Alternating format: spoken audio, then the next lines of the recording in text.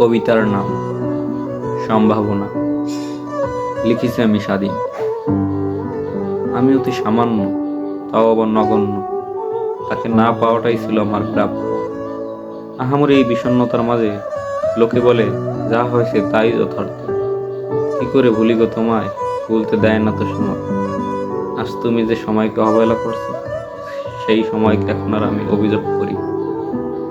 দোষ তো সময়ের না, দোষ আমাদের সীমাবদ্ধতার। সীমাবদ্ধ এই গল্পের মাঝে কাব্যিক ছন্দে সাহিত্যের ভাষায় তোমাকে ফিরে পাওয়ার জন্য কত যে আর্তনাদ করেছি, তা কি তোমার অব্দি পৌঁছায় না? তুমি কি শোনো না আমার চিৎকার?